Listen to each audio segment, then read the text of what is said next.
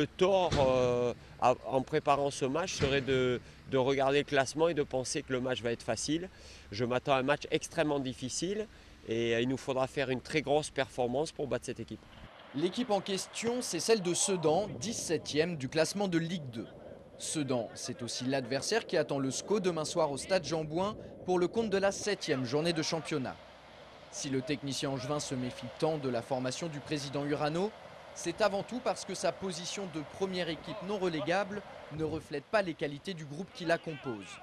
Et même si les statistiques ne sont pas favorables aux hommes de Landry Chauvin, le technicien angevin n'a certainement pas tort.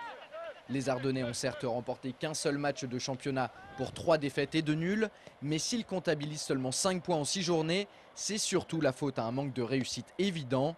Attention, le SCO risque donc d'affronter une équipe blessée demain soir, ce qui n'est jamais facile. Sedan est déjà une belle équipe et puis a besoin de points, fait un début de championnat avec de bons matchs mais n'a pas forcément toujours la réussite.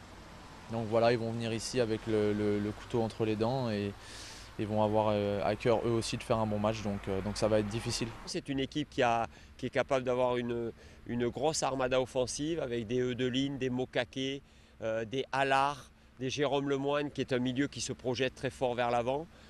Donc c'est une très belle équipe qui a manqué de réussite sur ces derniers matchs et je m'en méfie particulièrement.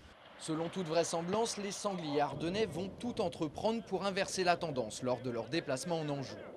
Mais comme les coéquipiers de Paul Besse sont actuellement en proie au doute, les scoïstes devront essayer d'appuyer là où ça fait mal pour empêcher les Sedanais de ramener à la maison un résultat positif. Faire un coup, il faudra les empêcher. Ils sont blessés, donc il faudra les blesser encore plus. Parce qu'on n'est pas là pour faire des sentiments, tout ça. On est là pour battre toutes les équipes, faire le meilleur résultat. Donc même s'ils sont mal, je pense que c'est maintenant qu'il faut les prendre plutôt que quand ils sont bien. Pour cette rencontre qui pourrait permettre au SCO de porter sa série d'invincibilité à 3 matchs en cas de victoire ou de résultat nul, Jean-Louis Garcia devrait reconduire le même système que la semaine dernière à Arles-Avignon. Son dispositif en 4-3-3 lui avait donné entière satisfaction, notamment dans l'entrejeu.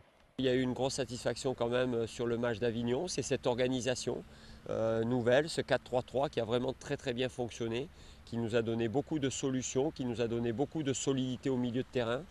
Donc, et aussi des projections, des gens qui se projettent du milieu vers l'avant. Donc voilà, c'est intéressant d'élargir sa palette tactique.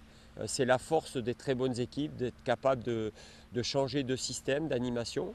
Un point de vue que partage Sébastien Renoir.